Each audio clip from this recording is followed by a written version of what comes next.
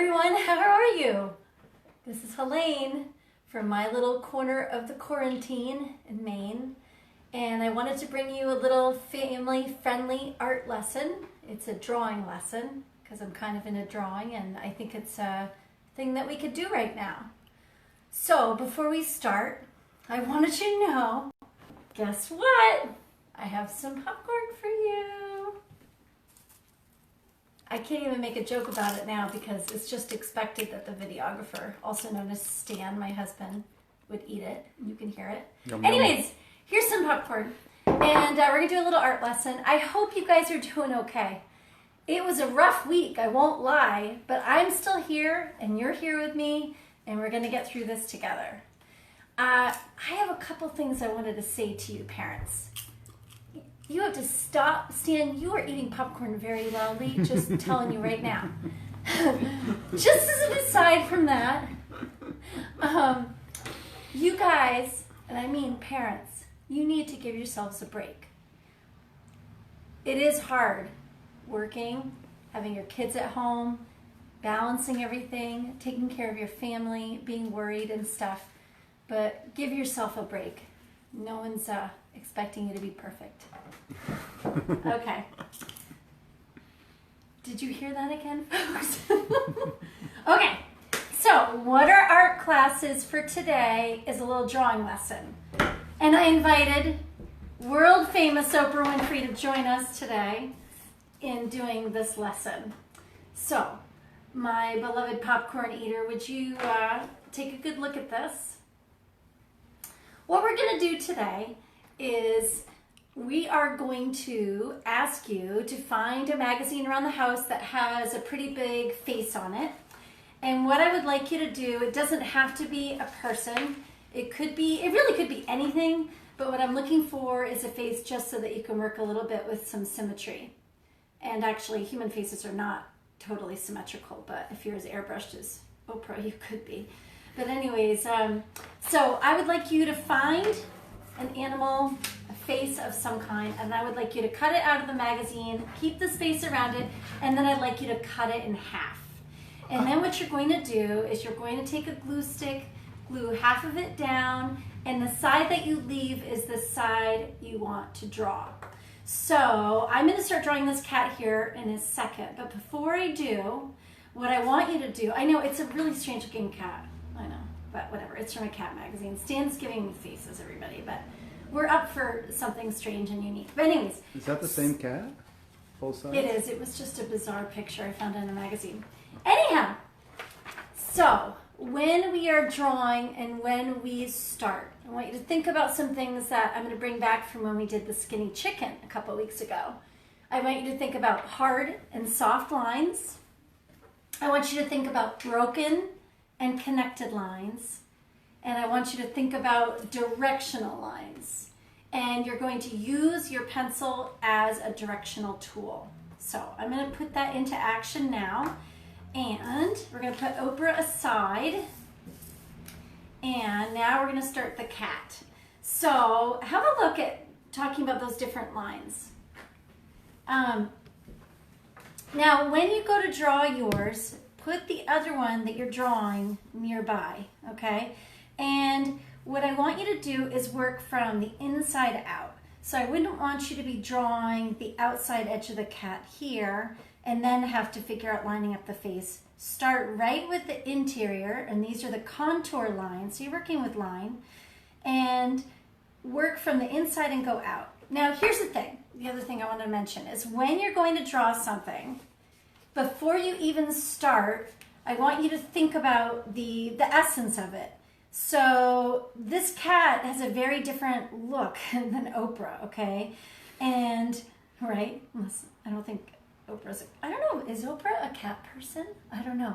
But anyways, doesn't mean she looks like a cat. Anyhow, so when you're looking at something and before you start kind of think about what the essence of that is. And this cat is kind of unique looking. It has a strong texture to it. So as you're drawing, you should be thinking about texture. He's at the popcorn again.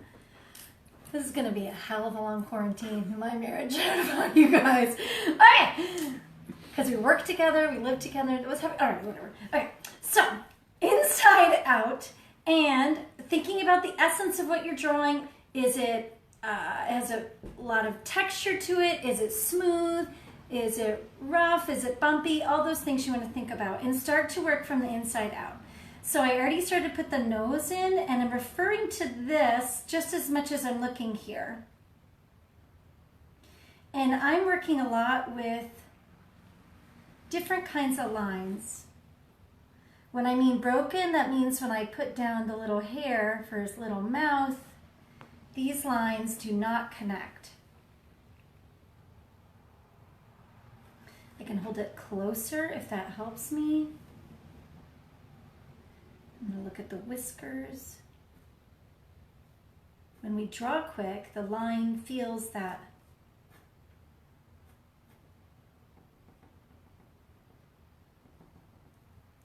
Okay. So when I say about using your pencil as a directional tool, this is an example.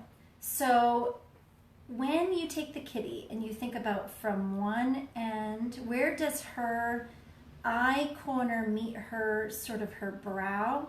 You can move the pencil like this, and that would tell you where to maybe put, where does it line up here? So for example, you put her nose like that and you line it like this, then you know that you could make a diagonal across there, and that would tell you where to put things. And you can even mark lines. Line the pencil down again. And that will start, what you're actually doing is you're building a grid where you can see where things go. And then it helped me know where the other eye is going.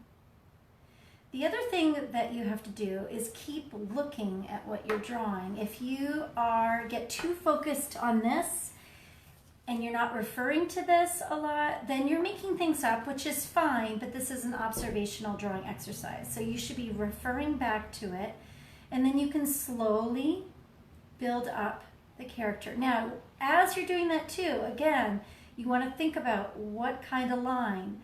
When you're feeling good about the line, if you want to, you can go heavy and dark with it.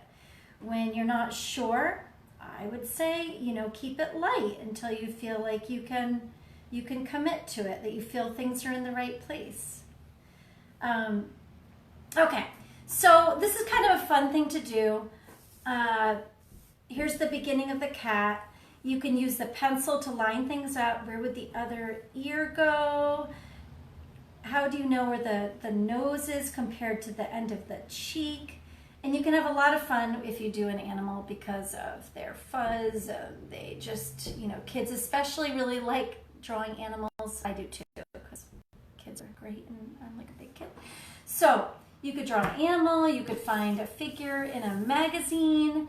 If you want to do a landscape, that'd be fine. I was just speaking to someone yesterday about it would be fun to take like a Dalif Ibkar image. If you had like the Calico Jungle at your house, you could make a copy of it in your copier at home, and then you could cut it, and then instead of using the other part of it to copy from, you could improvise and make your own picture.